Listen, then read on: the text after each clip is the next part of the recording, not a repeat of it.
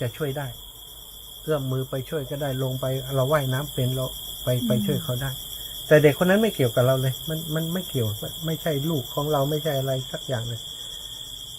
ไม่ช่วยดีกว่าเดินหนีไปแต่คิดได้จิตสำนึกมันจะบอกตัวเราตลอดเพราะเราเป็นคนนิสัยชอบช่วยเหลือคนนึกได้ว่าโอ้ช่วยดีกว่าหันมาอีกทีมันจมไปแล้วมันไม่มีประโยชน์ มันไม่มีประโยชน์เพราะว่าคิดว่าถ้าไม่ช่วยนี่วันหนึ่งถ้ามันจมไปแล้วเราคิดว่าทำไมตอนนั้นเราไม่ช่วยมันเป็นตาบาปในใจถ้าเราไม่คิดก็ดีถ้าเราไม่คิดก็ดี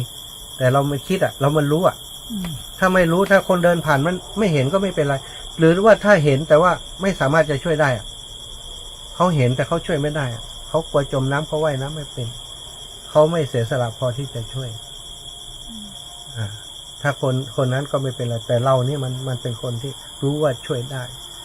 แล้วตอนนี้คือโรงเรียนนั้นน่ะ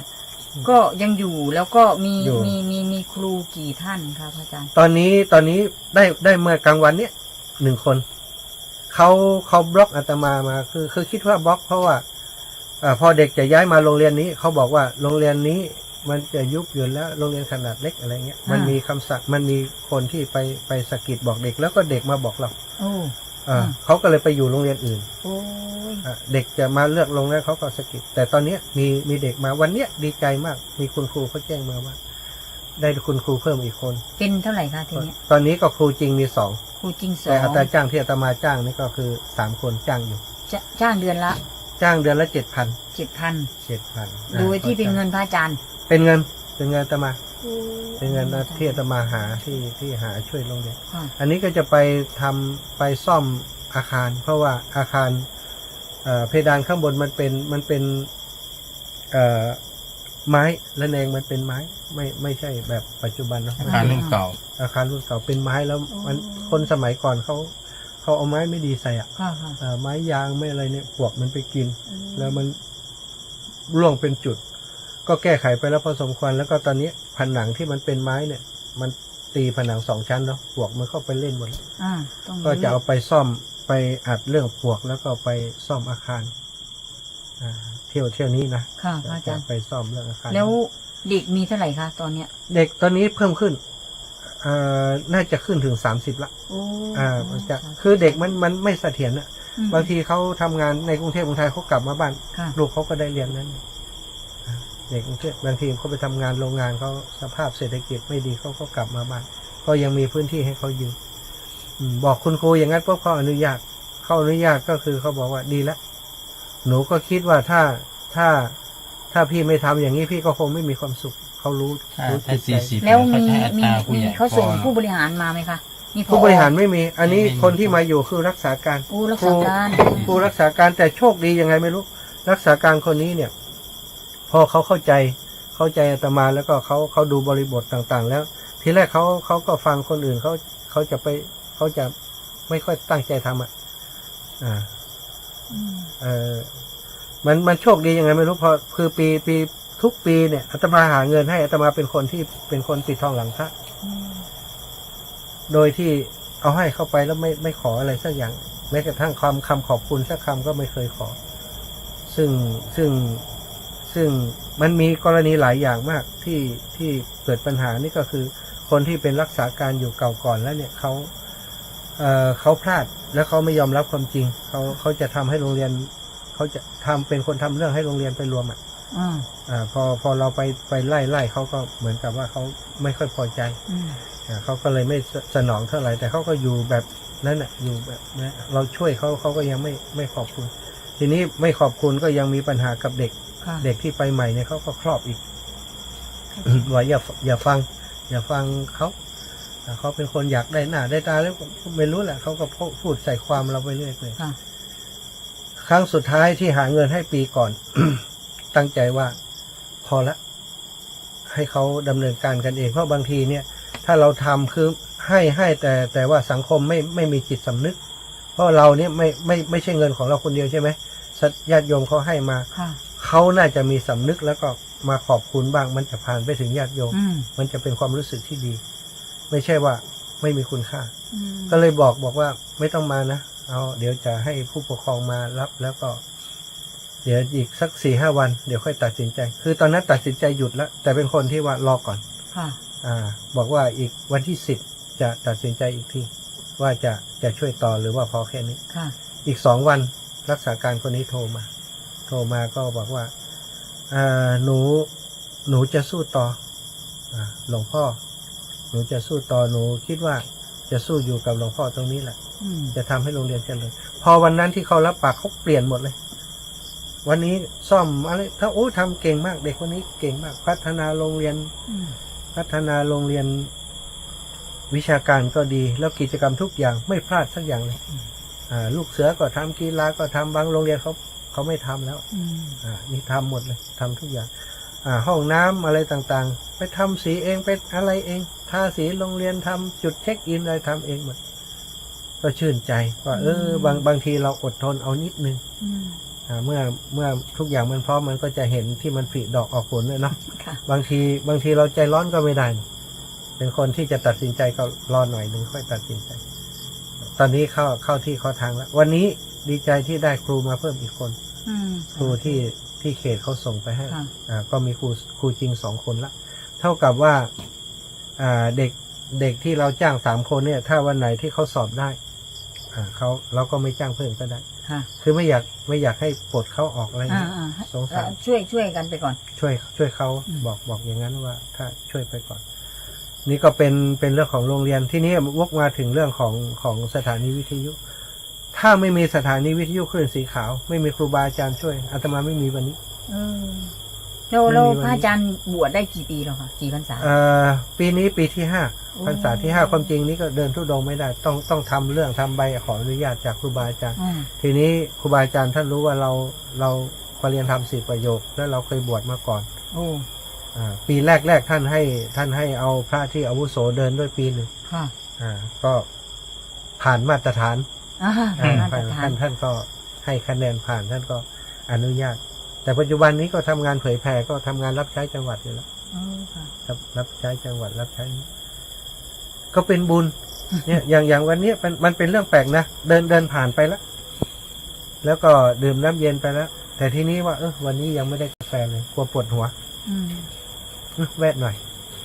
แต่เข้ากาแฟเพราะมันมีญาติโยมเขาใส่ปัจจัยมาให้รู้สึกว่าจะเหลือ200เนี่ยเมื่อเช้านอกนั้นเอาโอนไปโรงเรียนแล้วก็ติดมันแวะกาแฟสักหน่อยก็ได้ไปเจอกันนี่มันไม่มีเรื่องอะไรบังเอิญนี่มันไปเจอคนดีมันไปเจอคนดีไปภาคใต้ไปที่ไหนอย่างไปที่ภูเก็ตก็ไปเจอคนดีไปเจอคนดีไปอิสลามตามมาคุยด้วยไปแลกเปลี่ยนกันเนี่ยอิสลามตามไปเอาจะเอาปัจจัยให้เราเนี่ยคนเยอะไม่กล้าให้ตอนที่ไม่มีคนให้แล้วไม่เอาคอนเนี้ยอิสลามก็แปลกนะมันจะได้เจอคนดีๆจะได้เจอมิตรภาพใหม่ๆแล้วก็การเดินธุดงค์นี่มันคืออากาศร้อนอย่างนี้ถ้าเราอยู่แบบสบายๆเนาะเดือดร้อนแต่ว่าเวลาเดินธุดงค์มันไม่มีความรู้สึกที่มันทุรนทุรายมันเดินมันมีความสุขมีความสุขในการเดินในการจะพักแป๊บพักสัก15 นาที20 นาทีไม่เกินนะถ้าเกินนั้นมันจะขี้เกียจแล้วต้องเดินไปแล้วมันมีผลต่อจิตใจของโยมที่เขาช่วยเราจากบางคนที่ถ้าช่วงที่เราไม่ทำกิจกรรมนี้เขาก็ไม่ค่อยได้สนับสนุนกิจกรรมอื่นพอเดินธรรมญาตราเมื่อไหร่ออกมาช่วยโอนปัจจัยเข้าโรงเรียนไปช่วยนู่นช่วยนี่แต่มันก็มีผลแต่ผลต่อตัวเองมันมีเยอะเราคือพอทำงานกับครูบาอาจารย์จนเมื่อก่อนนี้เราจะเลือกเดินได้ไงเพราะเราไม่มีภาระเยอะพอออกพรรษาแล้วสักเดือนหนึ่งเราก็เดินมันสบายอากาศสบายแต่ตอนนี้นี่ยาวเลยออกพรรษามาพบกฐินของครูบาอาจารย์กี่วัดต้องไปช่วยท่านหมดแล้วหลังจากนั้นก็มีงานที่เป็นประเพณีทางเหนือช่วงสิ้นปีมันจะมีงานสารพัดงานมันก็เลยไม่ได้หยุดเลยหยุดมาจนถึงเมษาเนี่ยอาตมาไม่ได้พักเลยนะงานครูบาอาจารย์แล้วก็เราเป็นกระบอกเสียงให้ครูบาอาจารย์ตลอดครูบาอาจารย์บางครั้งท่านจะระดมทุนท่านก็เป็นผู้อาวุโสเราก็จะพูดให้เราก็จะทำหน้าที่ตรงนี้มันก็เลยเหมือนกับว่าหน้างานเราเยอะหน้างานเราเยอะถ้างานไหนถ้าเราไม่ไปญาติโยมก็ ไม่ไปอย่างเงี้ย มันเลยกลายเป็น อืม เป็นว่าจะต้องไปจะต้องอยู่ อืม มันก็ แต่เที่ยวนี้บอกอาจารย์ไม่กล้าบอกนานๆนะกลัวท่านตามแล้วก็เดี๋ยวมีงานนู่นงานเนี่ยเมื่อวันที่27บอกอาจารย์ว่าอาจารย์ปีนี้ขออนุญาตสักช่วงเนอะสักเดือนหนึ่งวันที่1 พฤษภาคมจะเดินฮะไปเถอะ คือท่านรู้ว่าเราตัดสินใจแล้วก็ได้เดิน วันที่5นี้มีงานที่เชียงใหม่เมื่อกี้ก็พูดเรื่องงานพูดเรื่องงานของท่านอาจารย์ขอเผยแผ่ท่านพระครูอภิวัฒนวิกรมท่านเมื่อหลวงพ่อเจ้าคณะอำเภอดอยหล่อท่านขึ้นมาเป็นเจ้าคณะอำเภอแล้วก็ดึงท่านอาจารย์ไปเป็นเลขาเพราะว่าอยู่กับหลวงพ่อมานานความจริงท่านไม่อยากเป็นเพราะเป็นคือทำงานเผยแผ่มันงานเยอะแต่ว่าถ้าทิ้งหลวงพ่อก็ไม่มีใครจำเป็นต้องเป็นเลขาพอเข้าไปเป็นเลขานี่ก็จำเป็นต้องรับดูแลงานเรื่องพุทธมณฑลเชียงใหม่หลวงพ่อจังหวัดก็จะเอาให้เป็นให้อาจารย์เป็นรองเจ้าคณะอำเภอจะได้มีอำนาจในการสั่งการอีกแล้วอาจารย์ก็บ่ายเบี่ยงแต่สุดท้ายพระเถระท่านมีความประสงค์อย่างนั้นก็จำเป็นวันที่5นี้จะเป็นมอบตราตั้งหลวงพ่อพระพรหมเสนาบดีจะไปเป็นผู้มอบเจ้าคณะภาค7เป็นผู้มอบทุกวันนี้ก็รับใช้หลวงพ่อจังหวัดท่าตอนด้วยท่านไปสร้างพุทธมณฑลที่นั่นมีโอกาสเราไปดูเนาะพุทธมณฑลที่อำเภอดอยหล่อเห็นว่าจะสร้างเป็นพระธาตุองค์ใหญ่ที่เป็นพระธาตุจอมทององค์ใหญ่ ที่พุทธมณฑลตอนนี้ปรับที่ทำอะไรเรียบร้อย99 ไร่ที่เหลือ99 ไร่แปลกมากเพราะว่าของส่วนอื่นเขาขอไปหมดแล้วเป็นที่ราชพัสดุมีเหลืออยู่99 ไร่จุดนั้นก็ไปสร้างพุทธมณฑลก็จะเป็นงานที่อาตมาเองก็ต้องไปช่วยอาจารย์ทุกครั้งนะทุกครั้งเดินธุดงค์ทุกครั้งมันก็จะได้มิตรภาพอย่างเงี้ย แล้วมันเลยอยากมาความจริงนครพนมนี่มาด้วยเหตุผลว่าคืออยากจะมาตั้งแต่ปีที่2เพราะว่าทราบว่าแม่ของน้องคุณครูสุวรรณาแวงดาที่ว่านี่จะเป็นรองเขตรองเขตไม่สบายก็กล่าวว่าออกพรรษาแล้วจะไปหาท่านแต่พอออกพรรษาก็เดินไปภาคใต้พอเดินภาคใต้ก็กลับมาก็มีงานครูบาอาจารย์อย่างว่าเนี่ยก็เลยว่าพรรษาที่2จะมาเดินที่นี่ก็เดินไม่ได้อีกทางภาคเหนือที่บอกทางภาคเหนือเขาก็อยากจะให้ไปแถวนั้นครูบาอาจารย์ก็สนับสนุนว่าเดินแถวนี้ก่อนอย่าเพิ่งไปเลยก็เดินภาคเหนือพอปีที่แล้วนี่จะมาเดินที่นี่มันก็จังหวะอากาศมันไม่ได้ก็เลยไปเดินที่ภาคใต้มันจะอากาศจะโอเคมั้ยก็ช่วงนี้แหละไปเดินภาคใต้ปีนี้เลยตัดสินใจยังไงก็ตามร้อนก็ไปเอามาได้มาเดินแสดงว่าวันแรกใช่ไหมครับอาจารย์วันแรกวันนี้วันที่1ตั้งใจว่าวันที่1ก้าวแรกวันแรกได้เจอคนมีบุญละวันแรงงานวันแรงงานได้หรอวันแรงงานถึงว่าวันทำไมมันร้านอะไรมันหยุดนะไม่รู้เรื่องเลยวันอาทิตย์เหรอวันนี้อันนั้นก็หยุดอันนี้ก็วันแรงงานวันแรงงานสากลวันแรงงานแห่งชาติครับหนูก็เพิ่งจะกลับส่งหลายคณะค่ะนั่นปกติก็ปฏิบัติธรรมตลอดใช่ไหมก็เอาเท่าที่ตอนนี้อายุเท่าไหร่คุณครูขอโทษ55แล้วค่ะยังอยู่อีกหลายปีละมันอันนี้มันไม่แน่นะคะอาจารย์ไม่ใช่อยู่ในราชการค่ะถ้าตามอายุนะคะก็นี่เกษียณแล้ว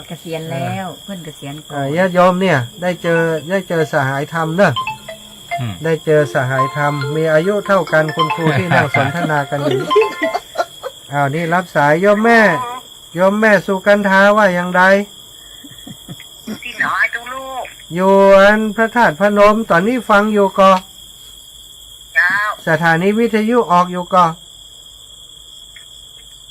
เมืองลี้ออกก่อก็ว่าฟังจากไหนฟังโทรถามบอกฟังโทรศัพท์นะคะโอ้ลัดได้กะโอ้อยู่น้อยอยู่นครพนมเนอะแม่เนอะอยู่หลายวันอยู่กันนครพนมฮะอยู่หลายวันกะโอ้3-4 วันพวกก็จะเดินผ่านน่ะวันเช้า5 กิโล เป็นตับโตแค่ดีหนึ่งกระโดดตะคืนน่ะ ฮะ ที่กระตับโตแค่ดีอย่างไม่หอนั่นแหละ โอ้ดีกะตักตอยดีกะ ยุมน้องที่ว่าเนี่ยมันอยู่กับวัดหนึ่ง เจ้า ยุมน้องจะไปอยู่น่ะ เจ้า กระแก่นจอ เจ้าสาธุนะสาธุนะฮับสายอื่นก่อน เจ้า อืม หัวมัน เอาไม่ยายพร มันแค่เจ้า ชัดเจนนี่ก็เสียงน่ะ ชัดเจนแค่นี้ละ อืม เดี๋ยวนี้อยู่พูดอยู่ละ อยู่นครพนมนะกะ อ๋อ อืมเป็นอู้กันตะกี้เป็นอู้ไทยฟังออกก่อนหึนะฟังรู้เรื่องก่อน พูดเรื่องอะ ฮะดีกะสาธุขอบคุณยายพร ถ้าย้ายไปจะพูดเหนือก็อู้ไทยอยู่ละ ละอู้ไทยเกาอีปัดท่อธรรมดาน่ะโยมแม่คำมีแม่ว่าใด นมัสการเจ้าพระอาจารย์อู้เสียงชัดเจนเลยเจ้า โอ้นะกะอันเปิดมาอยู่นี่ก็เลยหลวดสนทนาธรรมกันนะ ลูกกันลูกไปคืนมาบนว่าที่ชาวไทยมาเอาแรงมาเป็นเสียงทัน เนี่ยอู้ไทยเนี่ยปลาแรดพ่องเก้าน่ะฮะ ปลาแรดเจ้า โอ้ ฟังเลยเจ้า มันถึงปลาแรดเหรอปลาแรด ขอบ เจ้าสาธุเจ้า สาธุเจ้าขอบคุณเจ้า เจ้า เจริญปอนแม่สายว่ายังไรแม่ ไม่ได้ฟังเด้อไม่ฟังอยู่ ล่ะเมืองลีนี่ออกไปกะออกลีตัวกะ ออกไฟเห็นเจ้า ฝ่ายเห็นได้ยินถึงปุ่นเนาะ เจ้ามึงรีบออกเสื้อมึงรีบ8 โมงปุ้ง 8 โมงนี้อันวันนี้วันอย่างนี้วันพุธท่านอาจารย์กันวันนี้ท่านอาจารย์ออกวันนี้วันงานธรรมะทำเปลี่ยนทีมกะ เจ้า ต้นเดือนเนาะ เจ้า ขอบคุณนี่แม่นะเดี๋ยวไปเมืองลีจะไปลืมนะ เจ้า สาธุ นักวัดเจ้าสาธุเจ้า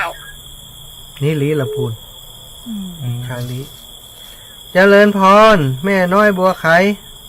เจ้าการมาตรการเจ้าหันแล้วประจานไปเดินไปทางใดก็หันหมดแล้ว อย่างไรเนี่ยเอาตามาไว้ติดไหนหั่น บอกว่าลูกเราเนี่ยเปิดให้แม่พอกำไรน่ะ โอ้เป็นได้พ่องอากาศร้อนก็ จะโตก็ฮ้อนน่ะ ร้อนน่ะฮ้อนตึงไปทางไหนติ๊กมาทางไหนนั่นแหละเป็นไข้ โอ้ล่ะใครวัดกะ ไข้หมดได้ยินอย่างร้านได้ขายก๋วยเตี๋ยวกันวันนี้ก็ว่าขายกัน โอ้สาธุดูแลกันเด้อ เจ้าเจริญปอนแม่รัตดาอักเรือน เจ้ากับพระสาเจ้า วันนี้อูไทยเจ็บเอวมั้นี่ฮะ น้องยาเห็นท่านมาทุกชอบทุกมุมอ่ะ โอ้ล่ะน้องดานี่มาได้เรื่องนี่ฮะรักพอนี่ ไอ้แม่มันตาไม่ดีเนาะน้องยา น้องยาเล่าให้ฟังน่ะ เจ้า อันนี้เจ้าของร้านอาหารครัวมะพร้าวร้านอาหารอร่อยมากที่บ้านลีถ้าไปลีแวะเลย พระอาจารย์ ได้รถเกิงเนาะฮะถ้าไปลีบอกว่าหู้จักแม่รัตดารถเกิงเลย เจ้า โอ้โยมเปื่อนใจดีอีแม่มาป้าอันเปื่อนกันเนี่ยโยมคุณครูอายุเต่าตุลูกนะแล้วก็โยมมันแฟนของเปิ้นนี่เป็นคนปฏิบัติธรรมนั่งสมาธิเดินจงกรมตลอดว่ะเป็นคุณครูธาตุพนม ขอบคุณแม่นะ เจ้ากับพระสาเจ้า สาธุเจ้า ใจช่วย เจ้าเจริญปอนแม่ศรีกุลตันทุละ กับพระสาท่านพระมหาเจ้าฮ้อนกับเจ้า บ่ฮ้อนนะพัดลมอีแม่เป่ามาถึงเพ่นี่ อีแม่จะพ่ายออกพัดลมซึมในเฮีย กันแน่เก่าได้ยินพ่อน่ะน้ำก็บ่ได้อาบน้ำเดียวนี่มัวแต่จัดรายการนี่น้ำมาอาบแม่จะอาบแม่อาบฝุ่นดักกูด่านะแล้วอาบแล้วก็นอนเนาะอาบกันนอน ไปเอวอันนี้กะวัดอันปากทางเจริญนะกับแม่น้อยอินยาสีไปไหวก็ ไปเป่าไหวไปเจ้า อ้าวไปไม่ไหวก็อยู่บ้านท่านหอมตังมา สาธุเนอะ เจ้ากำลังใจแน่ เจ้าสาธุแม่เจริญปอนแม่กาบแก้วอ้าวพี่น้องลือว่ามา ไหวซาเจ้าเดินทางไปทางใด นี่ จะ สำ เจ เนี อย ง แต่ สำเนียงเหนือ แต่อีกนิดหนึ่ง เจอแต่คนดี เป็นกลุ่ม เน ไทยลื้อ อะเจ้า เจ้าแม่ เมืองนครพนมที่คุณใจดีโยมแม่ไปแอวแล้ว3 ครั้งเลยเจ้า เจ้า พนานพนมนะ นี่ก็ เจ้า ใจดีนี่ไปตัวหาเผียวเราเผียวโคพี่นี่คุณครู2 คนผัวเมียมาตัวหาตู้ลูกพี่นี่ เจ้าสาธุเจอแต่สิ่งดีๆเนอะ เจ้าแม่วันนี้วันแรกก็เจอคนดีแล้ว เจ้าสาธุแม่ได้โอนตัว100 หลักกลับมาก่อนเนาะแม่โอนไปเหรอเนาะเจ้า เจ้าได้กะรออันไปตามพระป่าด้วยกันก็ได้จ้ะ เราครับปาก็ จ้ะเอาเจริญปอนแม่สุขคำป่าแล้วเอ้าแม่ฟังอยู่กะ เจ้าขันกาเห็นดีกับตัวลูกเนอะนุโมทนาบุญตัวเอง เจ้า แม่ก็ว่าห่อนให้ห่อนขาดมาขึ้นถึงอ่ะ ขโมยจะไปจะได้ห่อนแต่ห่อนไหวนะ เดินไปมันก็มีลมพัดตลอดแม่ไหวอยู่ ดีกว่าเฮานั่งอยู่กับตีก่อนแม่เดินกลางแดดกลางแดนไป ให้กำลังใจเด้อ เจ้าแม่ แล้วอัน มันห่อนกับย่างคักนะลูกขนาดบ้านนิ่มได้ใจดิ้นดีนะ วันที่5เปิ่นไปอันวัดปากตังเจริญกันถ้าแม่ใครไปบอกอีน้องงานบุญทีลาเนอะ เขาจำได้ไปจ้ะวันที่ 5 วันที่ 6อันแม่จะตามเข้าป่าบ้านเขานี่ อ๋อมันเป็นอย่างสาธุแม่จ้าสาธุ ตามเขาบอก ปันกันคนน้อย เจริญปอนแม่พัดชัยเมืองชื่น เจ้าพระอาจารย์ เจ้า อยู่ไหนก็ ฮะนครพนมมาจะได้อูไทยตะกี้พังหูเรื่องกะ สมโมสงโคหิตึไปที่ห้อนก็ โอ้ไปถามหามันเตอะ40 กว่าองศาน่ะนะเพราะจะไหนเพื่อล่ะ นี่ดูจ้ะ อืม ห้อนแต่ห้อนแหวก เหมือนกันหมดเลยแม่อยู่มุมใดศอกใดก็ฮ้อนเหมือนกัน นอกจากเข้าไปลบห้องแอร์เนาะสาธุขอบคุณเนอะแม่ยาพัด เจ้า วันที่ ไปเด้อ 10สาธุจ้า บุญทักษาเด้อ เจ้าพี่น้องลำปางผ่านไปโอ้แม่แก้วกาดโป่งลำปางเห็นแล้วพี่น้องลำปางผ่านไปโอ้แม่แก้วกาดโป่งลำปางเห็นแล้วปิดวิทยุก่อนเจ้า เอา ไปเอวก็วัดปากตังเจริญอ่ะ โอ้จะไปจะได้น่ะลูก โอ้กระจวนกันไปกะรถไปกะ ไอ้น้องมันไปหาหมอมันหมอ เดี๋ยวจะบอกให้แม่ถนอมซ่อรถไปสักการในอินโดอาจารย์นะ ขนาด ถ้าตุลุ่มอยู่ในหมู่นี่ต้องทำงานนักอะต้องไปแตนกะ มาหาบ้านกับผมกันก็ได้เลย เดี๋ยวจะอู้กับแม่ถนอมเขาแม่ถนอมแม่บัวเลี้ยวเขา ถ้าเปิ่นมีรถมาหาแม่ก็ไปโอ้เปิ่นโอ้อุดไทยม่วนนี้เนาะ โอ้พันเลิศตะกี้มหันกะ มันมี โอ้ กัน มีกะ มีโอ้ไปหาโอ้เหมาะใจ เหมาะใจอีตะกี้ว่าอาตมาเก็บมูกเอ็มได้ยินกะ มีเปล่าว่า นี่ก็ขอบคุณกับเปิ่นนั่งฟังตัวนี้เนี่ยโอ้เปิ่นใจดีใจงามไอ้แม่เปิ่นปฏิบัติธรรมนะถึง2 คนผมเมียเปิ่นแฟนของเปิ่นนี่อุปถัมภ์พระสงฆ์สอบปรริญญาธรรมก็เอาประโยคได้หลายตนเด้อครูบาอาจารย์เดินทุดงค์เปิ่นก็ไปส่งอีแม่ดีเจอคนดีน่ะ ออกบ้านจับเนาะเป็นนี่เนาะ ออกบ้านจับยามอ่ะนี่แม่กับห่วงครับโอ้แม่หูจะอีแม่ บ่ห่วงแล้วเนาะดีแล้ว แม่ภูมิใจแล้วแม่ภูมิใจแล้ว สมใจนึกบางลำพูขอบคุณหลายๆ เจ้าเป็นกำลังใจเด้อ เจ้าอยู่ดีมีสุขบุญรักษา เจ้า ญาติโยมตั้งหลายเนอะวันนี้ภาคภาษาไทยเกิงภาษาเมียงเกิงฝากงานของวัดอันปากตังเจริญกับอีป่อยอีแม่ตั้งหลายพี่น้องลำปางเขาพี่น้องเวียงปะเป่าเนอะพี่น้องเวียงปะเป่าก็ฝากกับแม่โยมแม่จิรพันธ์ไปอยู่แล้วกันเนาะเจริญปอนแม่กรกมล นมัสการค่ะท่าน โอ้วันนี้ได้พูดไทยนี่ม่วนก่อได้ฟังตุ้ลูกพูดไทยก่อ หืมพะเลิศกำหนึ่งพะเลิศไปพะเลิศมาน่ะ ตุ๊เมืองให้อันคนไทยพูดเมือง น่ะคนเมืองพูดไทยมันตึงอย่างใดเนาะมันบ่ได้พูดเมินน่ะแม่มันพูดแต่กำเมืองอ่ะ ดีแล้วเนาะท่านไปอ่ะ เจอคนดีๆ เจอคน ใช่ ใจดีเนาะ ใช่บุญ ขอให้ท่าน บุญมันผลักให้มา มันจะได้เจอคนดี ดีแล้วล่ะ แม่คอยติดตามนะ ถึงไม่ได้โทรกะเห็นสายว่างๆก็เลยโทรเนาะ จ้ะแม่ไปวัดปากทางด้วยนะ ก็เดี๋ยวดูอันน้องนั่นถ้าน้องขับรถไปก็จะไปด้วย เพราะว่าแม่แกไม่สบายไงท่าน อ๋อเหรอ ตอนนั้น แม่ จะไปวัดไฟหินความเบาหวานขึ้นตั้ง500ก่อน โอ้สงสาร วันนั้นแม่ได้ไปไม่เจอท่านอ่ะ เพราะว่าอัน ใช่ แม่ไปที่หลัง จ้าแม่ จ้ะ ใช่ เดี๋ยวก็ดูเนาะถ้าแกว่างขับรถไปได้แม่ก็จะไปเนาะ จ้าสาธุแม่ จ้าขอให้ท่านเดินทางปลอดภัยนะ ไปตรงไหนก็ขอให้มีคนเมตตาเนาะ สาธุ เจอ สา แต่ค ธุ นดีๆเนาะ สาธุจ้า จ้านมัสการจ้า สาธุแม่โอ้แม่ยายพรปิ้งไม้ยังฮะเอาเปรียบเขานี่ฮะสองเตี้ยปั๊บนะฮะ ให้เดินทางปลอดภัยนะ โอ้ ให้มี เฮ้ย ขอมีโชคลาภหน่อย ไอ้ยะจะอุทัยอีตายละหืม คน หืม คนยันน่ะผู้ทางที่น่ะจ้ะ ล้อเลียนกันกะเดี๋ยวโดนละยายพรเจริญปอนแม่ แม่สมบูรณ์อ๋ออีแม่กะเจริญปอน เจ้าเจ้า ตอนห้อนอันตอนกลางวันนี่บ่ค่อยได้ห้าอีแม่เดินกลางแดดเนอะก่อยโทรมาตอนเย็นอย่างอีเอาเนอะ เจ้าเจ้า จ้า อา จ้า การต้องก็ ฮะผู้ไปกลางได้อายเปิ้นกะเดินทุดงกลางจ้องไว้ไข่บะหานไผ่ย่ารู้ มันห่อน โอ้ห้อนก็ต้องอยู่ให้ได้กะ ห่วง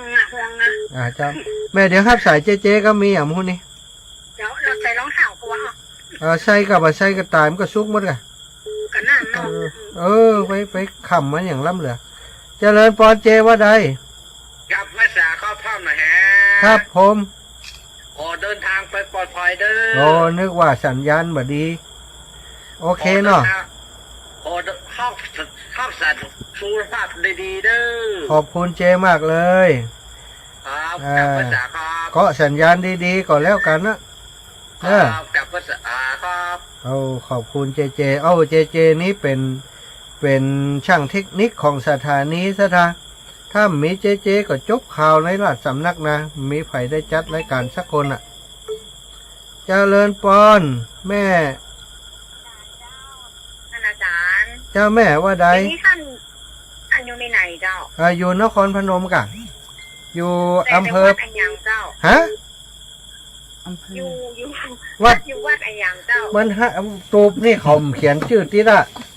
เป็นห้างอันตูบเสาสีต้นนะ เจ้า มุ้งสันกะสี แล้วก็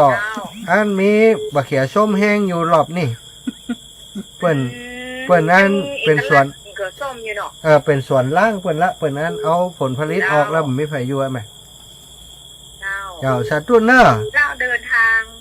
างยังแบบออกจากอัน โอ้ย่ำป่นอำเภอ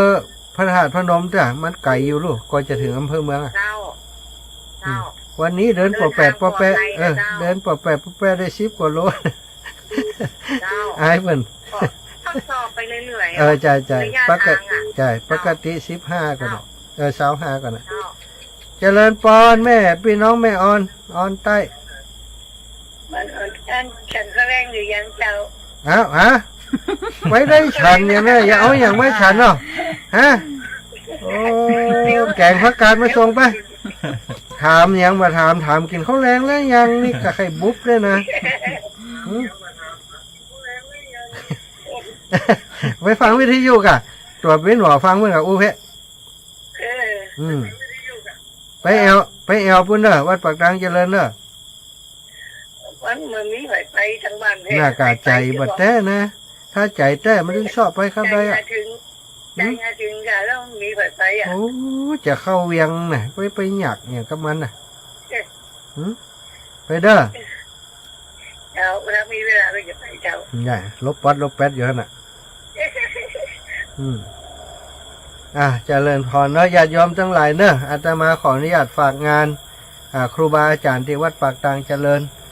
พี่น้องอันตังเวียงปะเปาลบแม่นางคำไอ้รายงานตัวล่ะแม่จันตะกี้ฮับบัตตานี่แม่โทรมาใหม่แม่เลื่อนแสนต่อไปทางใดวันนี้แม่จันปังยิ้วมาแล้วแม่ไปก่อน เย็นนอนหัน เอาไปเย็นตันเย็นอย่างนี้แม่มเดี๋ยวนี้มันเป็นสังกะสีนะดึกก็เย็นอยู่กัน เจ้าตั้งแต่คือขึ้นตำเห็นหนูแม่หันแล้วนะพี่ ไอ้ยะลากพอเห็นแล้วหันแล้ว ก็ดีที่สุดหันแล้วมดนั่งโคถวายเป็นพนาธรรม โอ้แม่พอทั้งนี้กะแล้วก็เวียงปะเป้าบ่ได้ออกอันวิทยุกะอ๋ออาจารย์บดอนไผ่ออกหู้ช่วงนี้ถ้า8 โมงนี่ขึ้นไปนี่แล้วก็เป็นของแล้วรุ่นนี้ออกเจ้าช่วงนี้บ่ออกแล้วเขากันนึกว่าจะได้อันเวียงปะเป้ามีบ่หลายนี่มีกับแม่คนเดียวแล้วอันแม่เสานี้ขึ้นแล้วกะมีขึ้นละเดี๋ยวมันแรงนี่ออกมันหนังขายปิ้งไก่ปิ้งนั้นลึกแฮมแล้วนี่แหมหลอกลึกหน่อยกะลึกหน่อยแล้วก็คอเป็นปิดหมดเลยยังคอที่เจาะนี่ปิดหมดเลยยังที่ไหนแม่เสาคอเป็นปิดดูแล้วเจ้าโอ้ดีละได้หันเปิ้นเด่นแต่ว่านั่นก็จะได้อู้กันเปิ้นมาวัดบรรพตบ่ได้อู้กันตัวแม่เจ้าก็ว่ามันทำตัวอีกลำไปถึงได้ไปหาเข้าป้อมได้กินไหมเดินยากเนาะใจฝากเก็บเนอะถ้าอย่างใดไปแอวอันปากทางเจริญจิมถ้ามีคนไปเจ้าแสดงความยินดีเนาะก็เป็นตำแยงใหญ่ตำแดงโตลูกวัดอาจารย์วรรณชัยบอกคุณนะแม่จะไปเดินไปเช่นไปเดินบ้านนี่นะไปดูเห็นบ้านนี่ก็จะไปแม่อาจารย์วรรณชัยเปิ้นสั่งในทางห้องไปเปิ้นจะเดือดร้อนนะตอนนั้นก็ถ้าจะถึงปุ๊บนะถ้าจะถึงแถวเมืองเถินเมืองรีแล้วไหมพอสถานการณ์จริงค่ะนะสถานการณ์นะมันร้อนขันเลย ไปเรื่อยๆสบายใจไปเรื่อยๆเจ้าแม่ก็เกิดไปแล้วนะนครพนมมาเนี่ยงามเนาะบุญอีแม่ฮอตะคืนมาถึงปุ๊บน่ะมาจอดหน้าวัดท่านเลยน่ะจัดรายการตะคืนน่ะจัดรายการแล้วคนที่อันอยู่ในวัดเป็นว่าเปิ้นจะปิดอัน3 ทุ่มเนอะอาจารย์ว่าไปไหว้ไปสาก็จำเป็นอันจัดรายการไปด้วยไหว้ไปด้วยอากาศคืนน่ะเจ้านี่ไปซ้ำแหมกำป่ะถ่ายรูปมอกปะเถอะมาอยู่ที่ใจเนาะแน่อีแม่มีความสุขเนอะอยู่ตั้งเพสุขใจสบายใจดิดูแลตัวเองอีแม่เจ้าดูแลตัวเองติดตามกันอยู่ติดตามไปเนอะวันพุธก็ติดตามแฮมนะเจ้าสัตว์ตู้แม่แม่จันปางิ้วเนอะจบลงไปศรัทธาพี่น้องฝากความระลึกถึงกับอีแม่อีปอดทั้งหลายพี่น้องจอมตองเนอะแม่ดวงดีนาลตะก็ถ้าจะสบายดีละแม่ละอ่อนอุ่นใจควงเปาก็เติงหาอยู่เนอะวันนั้นบ่ฮื้ออู้นักเพราะว่าอู้ไปก็จะให้ติ๊งนี่แม่แก้วเขาแม่ละอ่อนเขาเนอะระลึกถึงอยู่ฝากงานของท่านอาจารย์วันใหม่วันที่19 เดือนพฤษภาพี่น้องงานตังจอมตองเขาพี่น้องจอมตองพี่น้องตังดอยหลอนเนอะงานที่วัดพรหมมงคลตะล้อวันที่19 เดือนพฤษภาเนาะตรงกับของหลวงปู่พระครูปฏิพันธ์ธรรมทินก็19 พฤษภาวันที่5วันนี้วันที่1 2 3 4 5แหม 2-3 วันก็ฝากงานครูบาอาจารย์ที่วัดปากทางเจริญสถาอีปล่อยแม่ทั้งหลายเปิ่นจะมีการมอบแต่งตั้งมอบคำสั่งแต่งตั้งรองเจ้าคณะอำเภอดอยหล่อคือกับครูบาอาจารย์ของหมู่เฮาท่านอาจารย์พระครูอภิวัฒนวิกรมไผ่จะเอาหงตาลไปก็เอาไปเลยมาต้องบอกก็ได้หรือว่าบอกก็ได้ ถ้าบอกอาตมาก็จะได้ประกาศให้ได้รับทราบเนาะให้ได้รับทราบว่าไผ่เอาโฮงตาลไปพ่องตอนนี้นี่ได้รับทราบว่าโยมน้องบุญที่ราโยธาจากลำปางจะเอาโฮงตาลไปชุดหนึ่งแล้วก็โยมกนกพิษชัยนาจากอำเภอฝางก็จะเอาโฮงตาลไปโยมกนกพิษได้ห่วมบุญหอมกระเช้าผลไม้กับอาตมาแห่ม3 ชุด900 บาทเนาะท่านอาจารย์พระมหานพดลเปิ่นหอมมา17 ชุดก็เป็น 5,000 บาทเจริญปอนคนงามบ้านแม่ไทยกะแม่ปุ๋ยพรทิพย์ ไว้อันนี้ไว้สาเจ้า เจ้าแม่ ผู้ไทยเก่งดีแต่เนาะ โธ่พอเลิศมหันอีตะกี้ฮะโอ้จักเกิบหิมตาหน้า ฟังได้ยินทีไม่ทีบอด โอ้แหละพอดีว่าอันโยมเปิ่นมานั่งตัวนี้ถ้าบอกว่าหยัง